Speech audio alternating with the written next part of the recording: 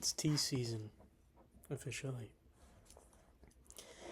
It's been chilly in here, and I've been wearing long pants and a sweatshirt, and my hands are cold sitting by the window, and I'm excited to enjoy a nice cup of hot tea. Today, I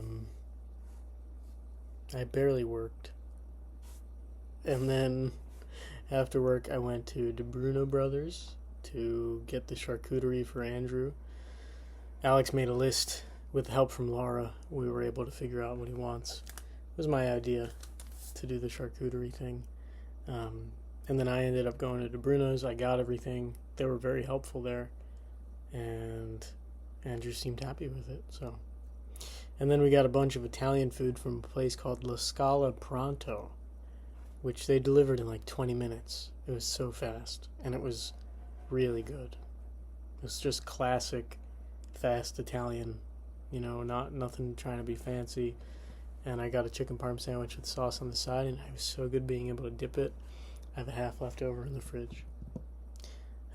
Eric said he wants to do a one-shot. I think I inspired him with Mothership, and that would be great. I'd love to play in his game. I keep getting $4 off coupons from CVS, so I gotta use them.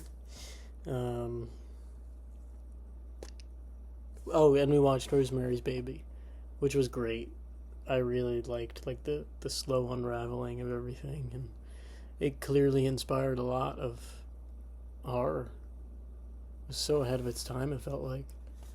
I really liked it. I'm in charge of my toothbrush.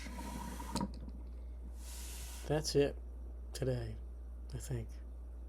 Yo, it's Cinderella. So, what up? I'm going to teach you how you can easily repair a hole in any kind of clothing, especially one like this that's right on a seam. The first thing we're going to do is flip the item inside out. Basically, we just have to redo the stitches along the seam line right here. Yo, it's Tony Sew. I sewed my pajama pants following that lady's video again. And when it's all done, can hardly tell. That's how you sew a hole. Peace. I just got back from the Ritz Theater in New Jersey somewhere. Alex messaged on Discord. He said he's got a ticket to see Rocky Horror Picture Show, and he asked if anybody wanted to go. I was at 8, and it was like 7 o'clock. I was like, yeah, I'm in, but I don't know. I can't get there in time. So he picked me up, and it was an old theater built in 1927, and it was really nice. And it was, I thought we were going to see a movie, but then he told me it was the play of Rocky Horror. And that was so much better, and it was so enjoyable. And there were people there who knew everything. They had newspapers, they had cards that they were throwing. They were saying things in between lines that made the next line even funnier. It was so good. It was just really enjoyable. I laughed a lot. The music was great. There was like a 4-person band in the front playing everything. It was really nice. And I really appreciate that Alex invited me. That was nice. It was such a surprise. Other than that, I've been eating cheese. I got cheese. I got cheese from De Bruno's. I had sausage today and bread and cheese. I'm feeling gassy, but it's worth it. That's it. Time Warp's going to be stuck in my head for the rest of the night and probably tomorrow. I finally finished reading this. It took a few weeks, months, I guess. And I really appreciate that Sydney picked this for me to read, because this is not something I would normally read. It's comedy first, I think. And I enjoyed it. It was like the references and cultural nods to things I think I enjoyed.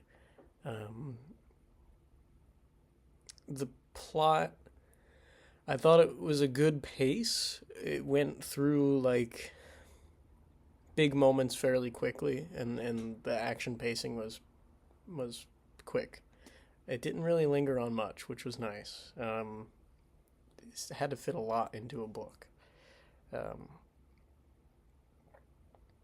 I think the main character is interesting enough, but it's best when, the existential dread of the situation kicks in, but that's rare. And it's interesting that, I think it's less interesting that they're just okay with everything. But it sort of makes sense. It's also the first book in a series which I hated because it ends on a to be continued, and I'm not going to read anymore. So I'm unsatisfied because I didn't get an ending. I didn't get any answers, just more questions. I think the strongest part of the book is the footnotes, because there's plenty of jokes in the footnotes, and I think the narration is cool. I don't know what I would rate it. I would give it like out of 5,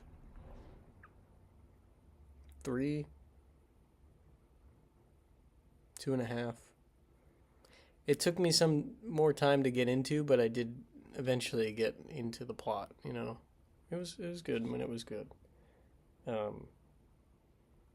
It's weird that the author's this guy, and he's writing about this main character who's a very horny lesbian, and it's like, he does not have any perspective to write this, and it's kind of weird.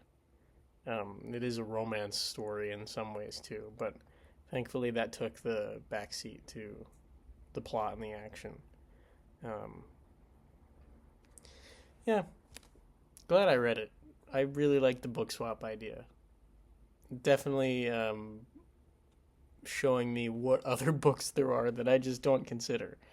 Yeah, so would I recommend it? No. Yeah, that's kind of harsh. I was gonna stop recording there, but if people, I mean, this is for me in the future, but if someone else who's not me is watching this, if you're looking for a comedy book that makes a lot of references to the fantasy genre, then I guess this is good. Why you'd read comedy, I don't know, because I think comedy's better suited for other mediums, but yeah. Today is No Kings protest number 2, and I got my sign. I had to take the pole off because I didn't have anywhere to store it, so I don't have a pole this time. I'm just gonna have to do it the old-fashioned way and get tired. But I think it's going to be a lot shorter this time and probably smaller because our city's not the main city. But Eric will be there, and I feel like I got to do it because if I don't, I'll feel guilty. So I have really bad heartburn right now. I just took Tums. I've been eating cheese so much every day. I got to stop, and I need someone to eat this cheese. Protest went well. Looked like there were more people than last time.